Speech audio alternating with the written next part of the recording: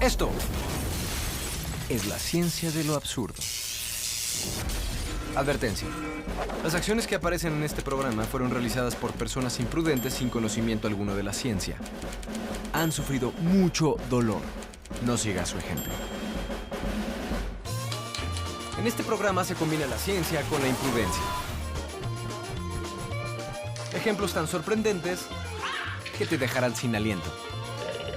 Durante la próxima media hora, verás actos descabellados que de alguna forma te harán morirte de risa. Y te explicaremos cuál es la ciencia tras cada una de las fallas. Tómala como una guía de lo que nunca debes hacer, ya que si no sigues las leyes de la ciencia, sufrirás dolorosas consecuencias. Observa a varios intrépidos investigadores empíricos de todas partes del mundo y entérate por qué la ciencia es tan importante. No intentes realizar esto en casa ni en ningún otro lugar. Sí, la ciencia causa un gran impacto donde quiera que estés. Bienvenidos a la ciencia de lo absurdo.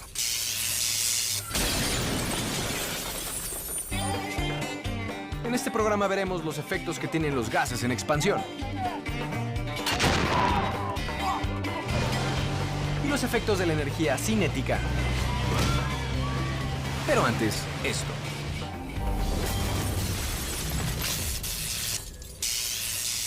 Científicos e ingenieros han pasado décadas desarrollando tecnología para lo que llaman seguridad de las masas. Pero nunca falta el gracioso que llega y utiliza el producto para otro fin. Si no me crees, fíjate lo que hacen estos dos bromistas con una sencilla bolsa de aire. En Navidad.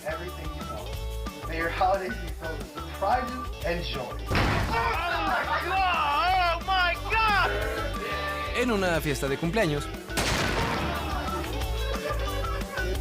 E incluso en una boda.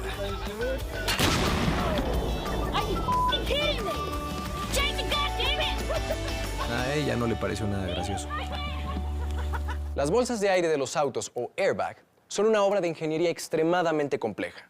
Desde su introducción han reducido en un 30% las muertes por choques frontales, comparados con autos que solamente tienen cinturones de seguridad. Este es el porqué.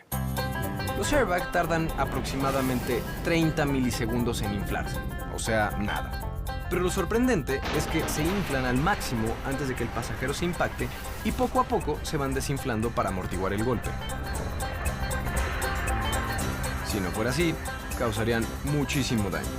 Se inflan a unos 400 kilómetros por hora, la misma fuerza que el puñetazo de un boxeador profesional. Esta es una demostración de la fuerza explosiva de dos bolsas de aire dentro de una secadora. Lo que no entiendo es ¿por qué las pusieron ahí? Ready to blow. Más de 90 litros de gas en un espacio cerrado. Supongo que si vives en el campo, con algo te debes de divertir, ¿no? ¡Wow! Pero recuerda, la fuerza explosiva no es lo que te protege, sino el efecto de amortiguación al desinflarse. La bolsa de aire inflándose junto a una persona no es una buena combinación. La siguiente demostración sugiere que una persona adulta sentada en un sillón no es rival para la potencia de una bolsa de aire.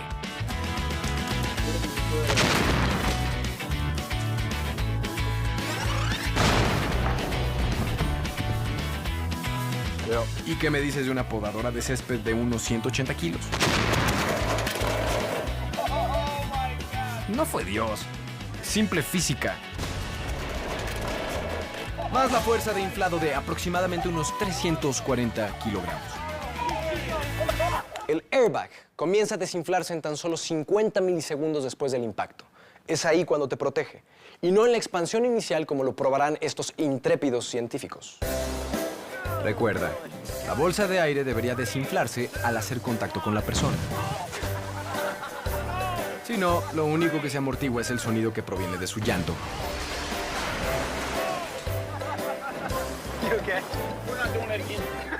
Esa es una excelente idea. Ahora fíjate en estos dos intrépidos jóvenes. Están explorando la teoría del Big Bang. Sentarse sobre la bolsa sin esperar a que inicie el desinflado hará que sientas toda la fuerza de la explosión dentro de ti.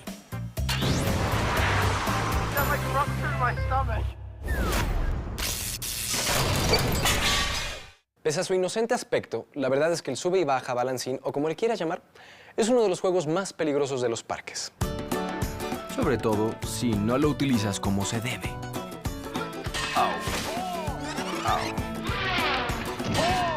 Si vas a jugar con ellos, deberás de conocer muy bien acerca del pivote central y la ciencia detrás de esto.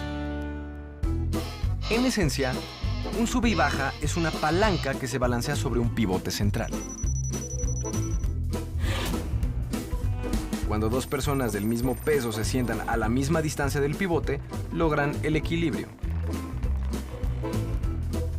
La aplicación de un poco de fuerza ascendente es lo que logra el movimiento de subida y bajada.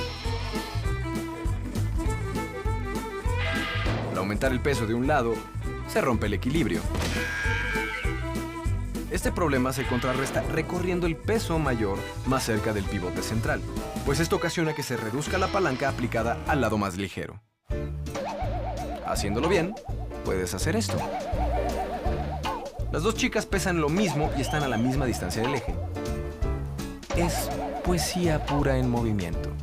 Abajo, arriba, abajo, arriba, abajo.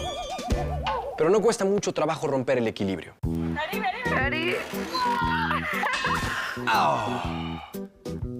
Veamos eso otra vez, pero destacando las diferencias con unas flechas. Una de ellas pesa más que la otra. Perdón, chiquitina, pero esa viene siendo tú la de la izquierda.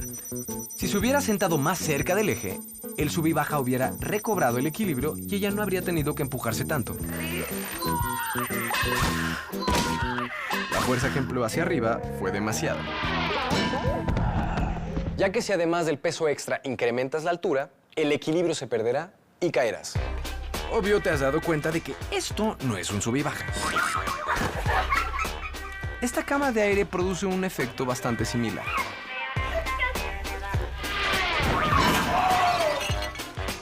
Si el peso que cae en uno de los lados es mayor, se produce mayor velocidad en el otro. Por suerte, la ventana estaba cerrada.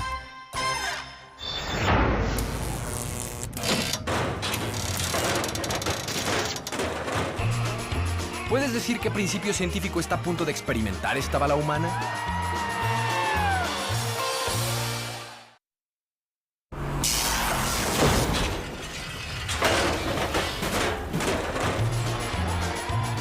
¿Alguien adivinó qué está a punto de pasarle a este hombre volador?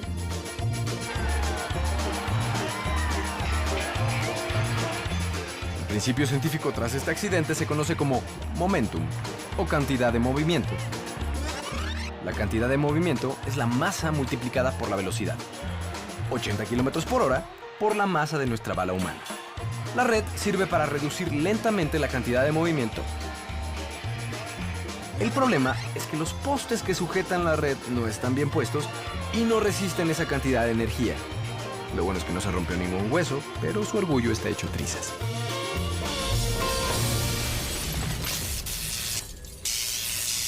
En el invierno, con la primera nevada, los niños salen a jugar. Como en una linda postal, todos bien abrigados buscando una pendiente inclinada para usar sus trineos. Lamentablemente, esa nieve blanca y pura pronto será manchada por la sangre y el llanto de aquellos que no hacen caso a la ciencia.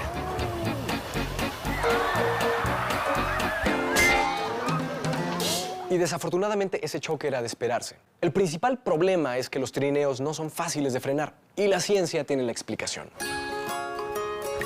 Al igual que el hielo, la nieve está cubierta de una finísima capa de agua que forma una barrera líquida entre el trineo y la superficie. Las más delgadas son de 8 millonésimas de centímetro. Esta película sirve de lubricante, minimiza la fricción y permite que se deslice el trineo. Y de acuerdo a la primera ley de Newton, el trineo seguirá en movimiento hasta que algo lo detenga. ¿Entendido? Tiene que haber una fina capa de agua para minimizar la fricción. Por eso es mejor esperar a que llegue el invierno. Cuando la nieve aparece, la fricción disminuye. Y a mayor inclinación, mayor fuerza de gravedad y mayor velocidad. Basta con un pequeño obstáculo para que salgas volando.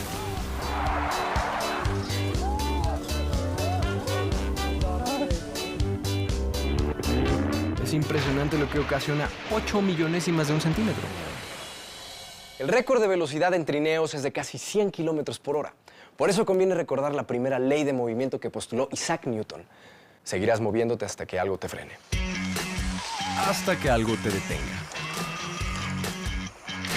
Tal vez necesites que alguien te dé una mano, o tal vez una pezuña. Here they come down the hill. It looks like Ruben is in the lead, and here comes Audi. Típico en un reportero, siempre haciendo gala de sus giros narrativos. That was a bad idea. El parkour es ese deporte irracional que inventaron los franceses, donde se recorren los entornos urbanos saltando con una agilidad felina. Hay una gran cantidad de movimientos dentro de este deporte al cruzar la selva de asfalto. Unos más difíciles que otros.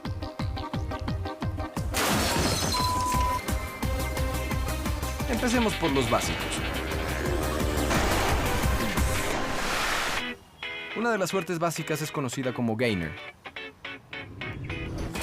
Básicamente una voltereta hacia atrás mientras sigues avanzando. Si haces eso correctamente, es bastante impresionante. Si lo haces mal, se ve bastante patético. Para ayudar a este y a otros amantes del parkour, aquí está la ciencia. El objetivo es convertir la velocidad horizontal en rotación. Este experto lo logra balanceando sus brazos y llevando sus piernas hacia arriba. Luego, gira simplemente encogiendo las piernas. La ley del momentum angular dictará la velocidad del giro, reduciendo su longitud a la mitad y se cuadruplica la velocidad del giro.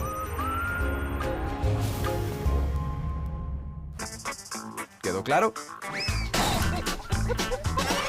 Cualquiera falla de vez en cuando. ¿Por qué no lo intentas otra vez? Más que parkour, parece como paralizado.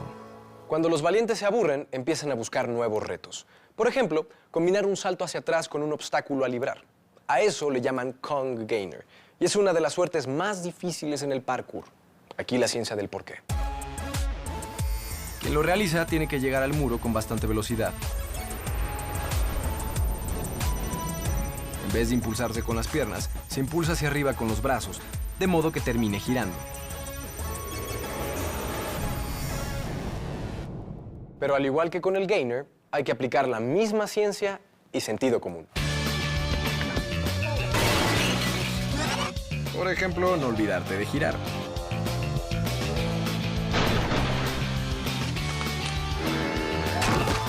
Au. Presta atención. Con el doble de la longitud, la velocidad del giro se reduce a una cuarta parte. Lo mismo le puede pasar a tu cuello. Y recuerda tener una muy buena altura para no frenar el giro con tu cara. Oh. I'm just trying to Kong gainer. Right there.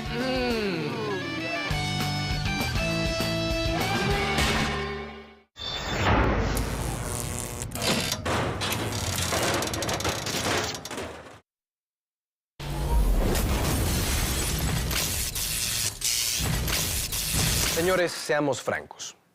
Para la mayoría de nosotros, construir nuestra propia casa es un sueño dorado. Pero para demoler algo, no hay por qué llamar a los profesionales. ¿Qué tan difícil puede ser? One more here. See what happens.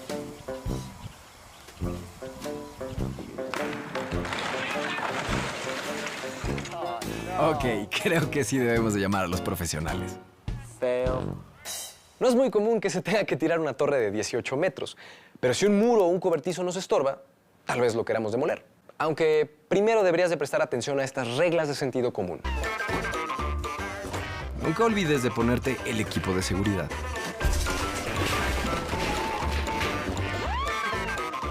Familiarízate con la herramienta.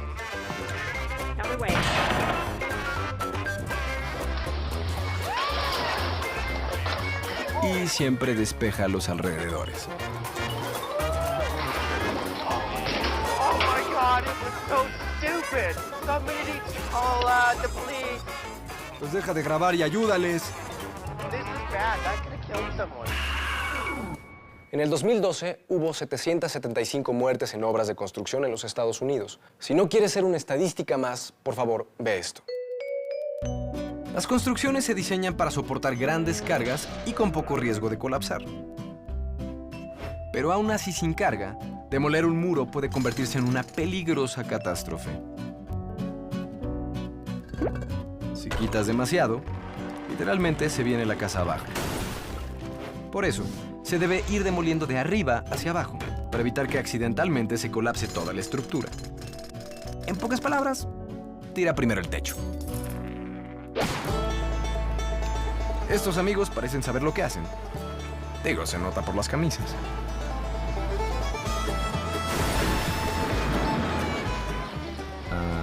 No, es que creo que tenías que tirar el techo. That's the way to do it. No, it's not. Mark, I'm gonna kick your ass. Después de varios regaños, Beautiful. Now that's the way you do it.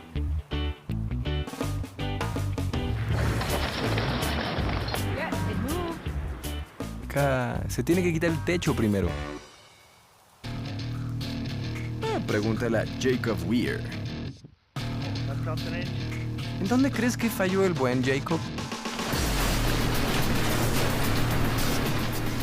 Volvamos para atrás.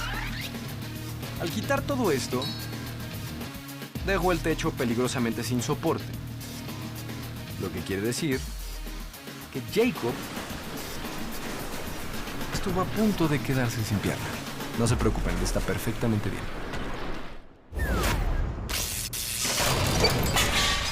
A mí me gusta la playa. Sentir la suave arena entre los dedos de los pies, el sonido del mar, las cosquillas del agua en los tobillos, aunque algunas ocasiones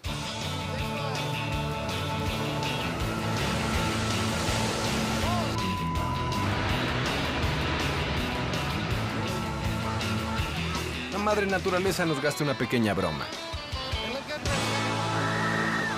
pues si quieres ahorrarte una empapada, aquí está la ciencia para hacer más sabrosa la vida en el mar.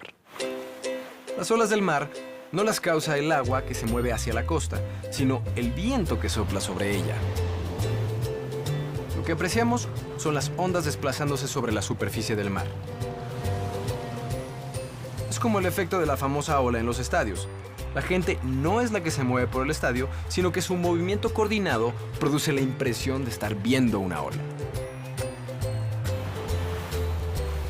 La clave para que no te trague una ola es reducir el área de superficie que estará en contacto con la ola.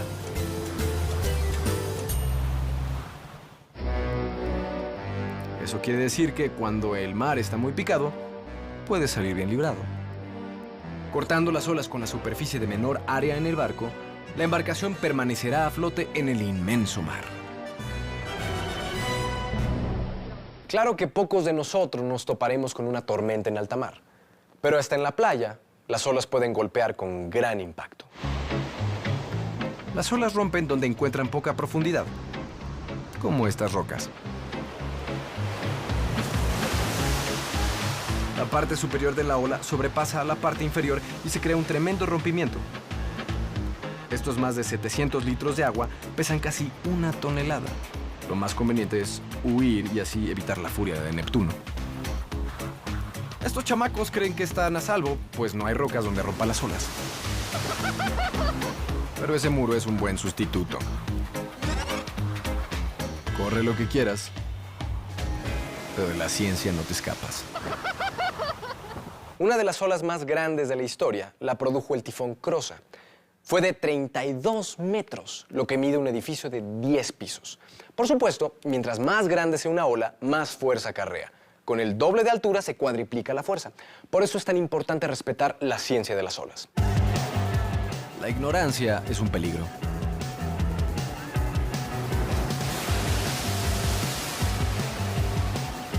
Sobre todo cerca de la playa donde rompen las olas.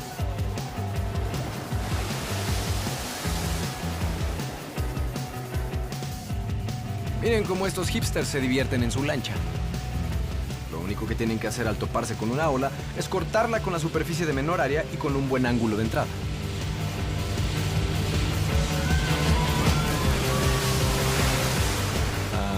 Creo que ese no fue el ángulo correcto. Bueno, por lo menos el capitán se hundió con su nave. Bueno, casi.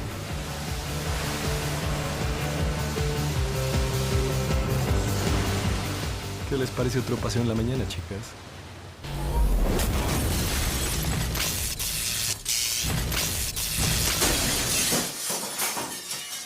Basta ya de adversidades en el traumático mundo de la física. Las leyes de la ciencia pueden arruinarte el día, así que nunca hagas nada de esto en casa. Y si lo haces, qué sé yo, consíguete un buen seguro médico. No, mejor nunca lo hagas y ya.